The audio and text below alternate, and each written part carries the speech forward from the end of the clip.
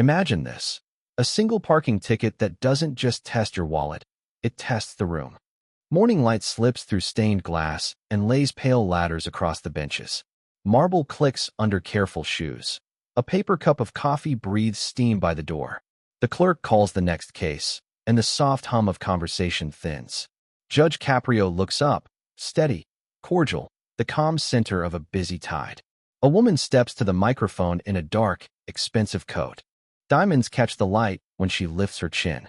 Her posture says she's used to being heard before she speaks. Name? The clerk asks. Deborah Hale, she answers. The consonants are polished. Caprio scans the citation. Mrs. Hale, you're here for parking in a space reserved for on-duty officers. His tone is mild. Why there? A small smile, almost friendly, almost not. My husband is an officer. It's his space. That makes it mine. A ripple moves through the gallery, half amusement, half disbelief. Caprio doesn't flinch. So you believe you have immunity? I believe, she says, measured and cool, that there are things best left alone. This isn't about a stall near a door. It's about respect for the police. The hum dies altogether. Eyes swing from her to the bench. I was under the impression, Caprio replies, voice even. We were discussing the law. She folds her arms. My husband knows everyone at the department, she adds, almost lazily. You wouldn't want this to become a problem. That lands hard, like a dropped wrench on tile. Someone in the back sucks in a breath. The bailiff shifts, then stills. Caprio leans forward, elbows on the desk, and lowers his voice. Mrs. Hale, in this courtroom, problems come from one place. Contempt for the rules that protect all of us. She doesn't step back, but the smile thins. With respect, Judge, my family has given 2 decades to those rules. I won't be lectured over a painted sign. Then help me understand, Caprio says. No edge, just the soft weight of authority. Why ignore it? Because I was late. Because the lot was full.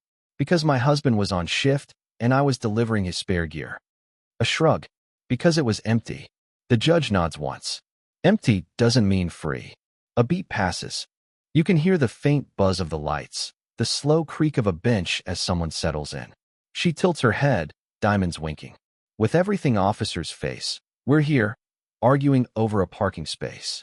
Caprio's reply is quiet enough that the room leans to catch it. Sometimes the smallest lines show us exactly who thinks they're standing above them. For the first time, something flickers behind Deborah's poise, annoyance, or the first sting of being truly seen. She clears her throat, rescues the smile. Judge, my husband risks his life nightly. I'm asking for a little grace. And I'm offering fairness. Caprio says, hands folded. It's the only kind of grace a court can give. No gavel, no lecture. Just that still, unblinking patience that outlasts bluff and bluster. The gallery understands it instinctively. This won't be a skirmish over a ticket. It will be a measure of attitude, of influence, of whether a name at a precinct door trumps the law on a signpost. Deborah's jaw sets. She raises her chin another fraction. Caprio turns the page in the file, the paper whispering like a cue in a theater. Let's begin, he says. With the facts. Caprio doesn't press the charge, he presses the pause. Mrs. Hale, he says, softer now. Tell me why you came alone. She exhales through her nose, a small flare of impatience. My husband's on duty. Nights mostly. A beat. He was surprised you'd call this in. Said you should know better than to drag an officer's family into court. A murmur stirs. Caprio lets it pass. In here, he replies, even I don't stand above the sign. His tone stays friendly. The message doesn't. The smile leaves her eyes. 20 years, she says. I have watched him leave at dusk and come back at dawn, stinking of smoke and gasoline. I have patched uniforms. I have pulled glass from his knuckles. And when a painted symbol tells me to wait in the rain while he's inside grabbing spare gear, yes, I step into the space. The gallery quiets, the irritation in her voice edged with wear. Caprio nods, not agreeing, only signaling he heard it. What changed, he asks, that made a ticket feel like an insult? Silence stretches. Then, the crack she didn't want to show.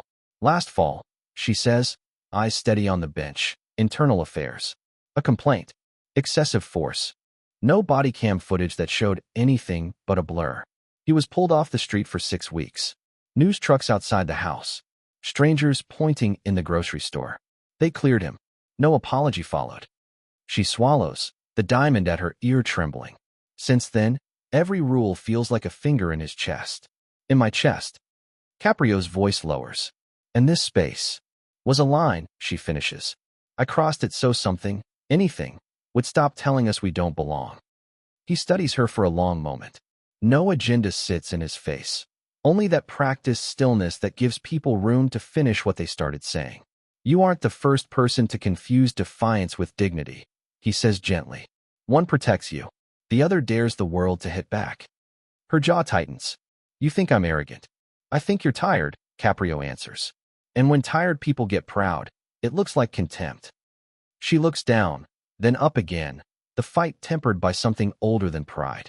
He's not the same, she admits. He doesn't talk about the call. He sits in the dark kitchen at 4 a.m. with the radio off. He wrote me a note the other day. It said, "Follow the rules, Deb." And then I got this. She taps the citation. So I didn't. Behind her, someone shifts, the wooden bench giving a soft complaint.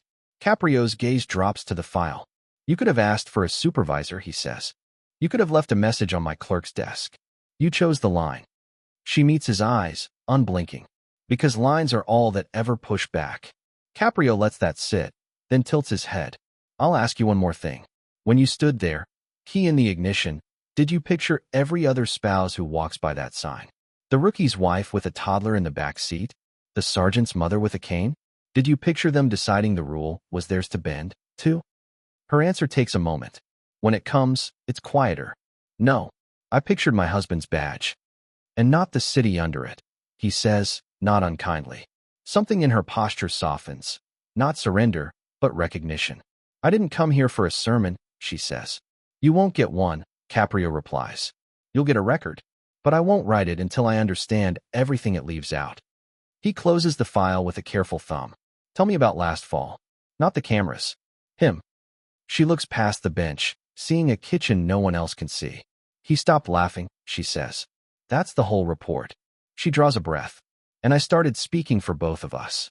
Caprio nods once, like a man who has finally located the hinge of a door. The room is so quiet the clock's second hand sounds like ring. All right, he says. Now we can talk about a ticket. Caprio opens the file again, his thumb tracing the printed date.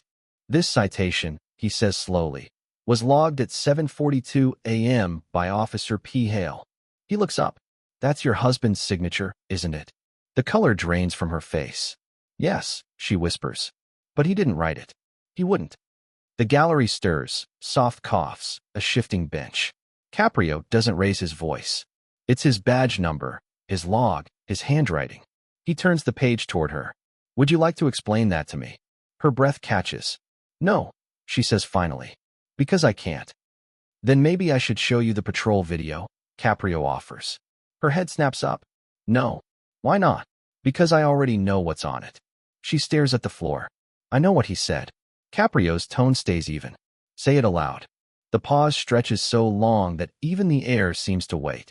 Then, in a voice stripped bare, he said, the law isn't selective. Not even for my wife. A tremor moves through the courtroom like wind through dry grass. She looks as if she's been struck by the memory or by her own voice. Caprio doesn't fill the silence. He lets it stand. When he finally speaks, it's barely above a whisper. So he wrote you up, not to humiliate you, but to remind himself that he still believes in what he swore to protect. Deborah's eyes flicker with something between anger and grief. He used to believe in us. Now it's just him and that badge.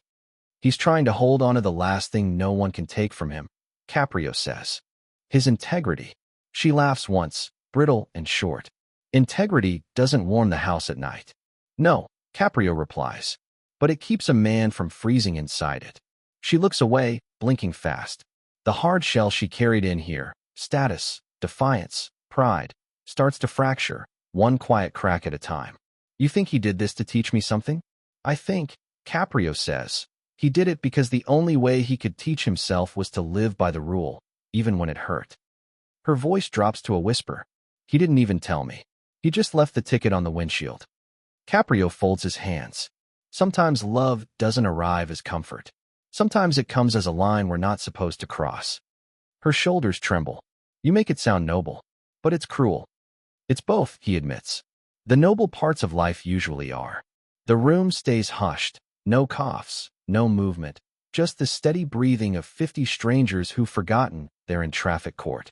Deborah's ring catches the light as she presses her hand against her cheek. I came here to defend him, she says softly. Now I feel like I'm the one on trial. Caprio gives a faint smile. You are. Not for the parking, but for what you believe justice looks like. She lowers her hand. You don't know what it's like to live with someone who comes home with blood on their boots. Maybe I do, he says quietly. Maybe not his boots, but I know the weight. She looks at him, startled, but he doesn't elaborate. The silence between them becomes almost human, not judicial. Finally, she says, if he wanted to prove a point, he did. Everyone in this town will know he wrote up his own wife. They'll know he remembered his oath, Caprio answers. And they'll know you were strong enough to stand here and face it. Her lips tremble. Strong isn't what I feel. He nods. Then that's how I know you are. The bench creaks as he leans back. Tell me, he says after a long moment. What did you do when you saw the ticket? I tore it up, she admits. Right there in the lot. And then, I taped it back together, she says, half a sob, half a laugh. Because I couldn't throw away his handwriting. For the first time, the judge's voice softens fully. Mrs. Hale, he says, this isn't a story about rebellion. It's about love dressed as defiance. She looks at him, really looks, and something gives way behind her eyes. Not defeat. Release. The kind that comes only when truth lands too heavily to keep fighting. Caprio closes the file and rests his palm on its cover. Let's take 5 minutes, he says quietly. Some lessons deserve to breathe before the verdict. The gavel doesn't fall. The sound that ends the scene is the faint, uneven breath of a woman realizing the man she's been defending never needed her defense. Only her understanding. Caprio studies her a long moment, then lays the file flat. Mrs. Hale, he says, voice calm as still water. You knew your husband wrote that ticket. But you didn't come here to deny it. You came to prove him wrong. Her eyes drop. The defiance that once gleamed there now dulls to exhaustion. He hasn't spoken to me since that day, she admits. We live in the same house, but it feels like two strangers renting silence. When I saw that paper on the windshield, it was like he'd finally chosen the law over me. Caprio's voice lowers. Or maybe, he says, he chose both. Sometimes, to protect someone, you have to tell them the truth, even when it hurts. The courtroom holds its breath. The clerk's pen clicks once, the only sound. And then, footsteps. Slow, steady, measured. Every head turns as Officer Patrick Hale appears in the doorway. Uniform pressed, hat in his hands. He wasn't summoned. He simply came. Caprio glances toward him, then back to Deborah. Would you like me to hear him? Her lips barely move. No, but I suppose I have to. Patrick steps forward, stopping just inside the railing. Your Honor, he begins, voice quiet but firm. I didn't come to testify. I came to stand by whatever decision you make. But I do want to say one thing. He takes a breath, eyes fixed not on the judge, but on his wife. I wrote that citation because I realized I can't be the man who makes exceptions, not even for the person I love most. Deborah shakes her head, tears threatening. Patrick. Caprio lifts a hand. Let him finish. Patrick's jaw works, the muscle in his cheek twitching once. Every day, I ask people to respect the rules that keep this city from falling apart. If I bend them for my own, I teach every rookie under me that integrity is negotiable. I can't live like that anymore. The room is silent, so silent it hums. Deborah's voice breaks the stillness, raw and trembling. You think that makes you noble? You humiliated me. He looks at her, eyes soft, voice unshaken. I never meant to shame you. I wanted you to see me standing for something when everything else felt gone. Caprio's gaze moves between them, him in uniform, her unraveling. Then, in that low tone that always cuts deeper than thunder, he says, Today isn't about his judgment, Mrs. Hale. It's about yours. She swallows hard, hands clasping the strap of her purse as if to steady herself. I came here to defend him, she whispers. But now I don't even know what side I'm on.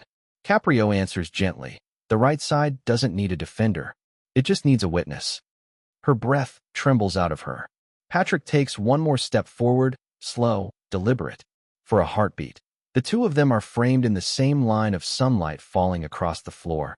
A soldier of the street and a woman who's finally out of excuses. The judge closes the folder, the sound loud in the hush. "We'll take a short recess," he says softly. Some truths don't need a verdict. They need a moment. No one moves. Not until Deborah finally exhales, the sound half sob, half surrender. The officer's hat creaks in his hands as he grips it tighter. The quiet between them fills the courtroom like a verdict the law could never write. The recess ends. The air feels different, heavier, cleaner somehow. When everyone settles again, Judge Caprio leans forward, folding his hands. "Mr. and Mrs. Hale," he begins, "what we have here isn't a case about a parking space. It's a story about how love and law can turn into enemies when pride stands between them." Deborah's face softens. Her voice, when it comes, is barely a whisper. "You think I don't know that? I just wanted him to choose me, Your Honor. For once. Not the badge. Not the rules. Me."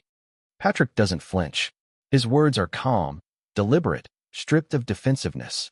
"I chose you every day I left the house wearing that badge," he says. "Because if I stopped being who I'm supposed to be, how could I ever be the man you fell in love with?" The room is still. The fluorescent lights hum faintly above them. For the first time, they look at each other, not as adversaries, but as two people who've both been losing the same quiet war. Caprio lets the silence work before speaking. "You're both right," he says evenly, "and both wrong. Because the real battle isn't between love and duty, it's between ego and honor." Deborah wipes her cheek with the back of her hand. "Ego and honor?" "Yes," he says softly. "Ego wants to win. Honor wants to be worthy." She looks down. "He doesn't talk to me anymore," she murmurs. "It's like living with a ghost. I thought if I fought back, I'd wake him up." Patrick's voice cracks for the first time. "You did, just not the way you meant to." Caprio glances toward him. "Mr. Hale, you wrote your wife a ticket. That's one kind of courage. But it takes a different kind to forgive what you were trying to teach." Patrick nods once, a small motion heavy with meaning. "Understood, Your Honor." The judge lifts the paper, the citation that started it all. "This ticket stands," he says finally. "Not as punishment, Mrs. Hale, but as a reminder. Respect isn't a privilege. It's a practice." The courtroom absorbs the words like water on dry ground. Deborah draws a breath and nods. "Then I'll pay it," she says quietly. "But not from my wallet. From my pride." A faint murmur moves through the audience. No laughter, no pity. Just quiet recognition. The moment feels sacred in its simplicity. Patrick closes his eyes briefly, the corners of his mouth twitching, almost a smile. For the first time, there's no tension in his shoulders. Caprio straightens the papers and sets them aside. "There are no winners in this room," he says. "Only people learning to stand beside what they love without stepping over it." Deborah lets out a soft, shaky laugh. "You make it sound so easy." "It isn't," Caprio replies. "That's why it matters." She turns to her husband. "You know, when I saw that ticket, I wanted to tear it to pieces." He meets her eyes. "And now, I think I'll frame it." The words hang there, fragile but sincere. Patrick's eyes glisten, and for a second, every wall between them seems to fall. He reaches for her hand across the table, hesitates, then she meets him halfway. Caprio gives a small nod, a quiet acknowledgement that this is the verdict that counts. "Mrs. Hale," he says gently, "you've paid your fine already, just not in cash. And Mr. Hale, I hope the department has room for one more example of what integrity looks like." Patrick stands. "With your permission, Your Honor, I'd rather take her home." The judge's voice softens to almost a whisper. Then court is adjourned. Not the kind with a gavel, the kind that starts over. He taps the papers once, no need for a hammer. The audience doesn't applaud, but the silence feels alive, full of the unspoken truth that some debts can only be cleared by humility. As they walk out together, she leans closer and murmurs, just loud enough for him to hear, "This time, you can drive." He chuckles under his breath. "Only if you promise not to park in my spot." The door closes behind them. The last thing heard in the room isn't the shuffle of feet or the creak of benches. It's the faint, steady rhythm of breathing again in sync. The courtroom has long emptied, but Judge Caprio remains at his desk, the faint murmur of the city seeping through the old windows. He turns the citation over in his hands once more, the ink of Officer Hale's signature still crisp, unbent. There's something poetic about it. How the smallest act, one sheet of paper, can redraw the boundaries between two people. Footsteps echo softly across the tiled floor. Patrick Hale stands at the doorway, hat tucked under his arm. No audience, no uniformed officers watching. Just two men, both tired in different ways. Your Honor, Patrick says quietly, I wanted to thank you. Not for clearing anything up. For letting her see me again. Caprio looks up, his eyes kind. And maybe, officer, for letting you see her. Patrick exhales, a smile flickering. Yeah, maybe that too. He hesitates, as if weighing whether to say more. You know, I used to think justice was something you served. Like coffee. Hot, quick, and gone. But today, it felt like something you learn to carry. The judge's mouth lifts at one corner. The older I get, the more I believe justice isn't about who's right. It's about who's willing to listen long enough to be changed. Patrick nods once, a soldier's bow, then turns to leave. As the doors close behind him, Caprio murmurs under his breath, almost to the quiet. Fairness without compassion is just a rulebook. Outside, late sunlight spills down the courthouse steps. Deborah waits at the bottom, coat drawn tight against the breeze. In her hand, a folded check. She doesn't move when Patrick appears, just watches him approach. He stops a step below her. You didn't have to wait. I know, she says. But I wanted to. She presses the check into his palm. Pay it for me. Not because you're right, because now I understand why you had to be. For a moment, he can't speak. Then he nods, closing his hand around hers and the check together. You sure? She smiles faintly. First time in a long while. They start walking toward the lot, side by side, not touching but close enough that their shadows overlap in the slanting light. The city hums around them. Ordinary traffic, distant sirens, the kind of peace that comes not from silence, but from finally being heard. Patrick glances at her. You think the judge actually believed we'd learned something? Deborah laughs, low and unforced. If he didn't, he wouldn't have let us walk out together. They pause at the curb. A patrol car glides past, lights off, the reflection sliding over their faces like a quiet benediction. She looks at him, the corners of her eyes damp but steady. Patrick, she says softly, for what it's worth, I'm proud of you. He looks at her, eyes brighter than the streetlights flickering on. That's worth everything. She chuckles. You know, I'll never park in that spot again. I believe you, he says, then grins. But I'm still writing the ticket if you do. For the first time in years, they both laugh, unforced, unguarded. The kind of laughter that doesn't erase what came before, but forgives it. Inside the courthouse, Judge Caprio turns off the desk lamp. In the darkness, his reflection in the window merges with the city lights outside. He thinks of the officer, the wife, the stubborn love that nearly drowned them both. He whispers, more prayer than statement. Justice isn't balance. It's mercy measured in courage. Then he gathers his coat, leaves the file on the desk, and walks out into the Providence night. The sound fades to the rhythm of footsteps and wind through the trees. No applause. No verdict. Only the quiet assurance that somewhere out there, two people found a way back to decency and called it justice.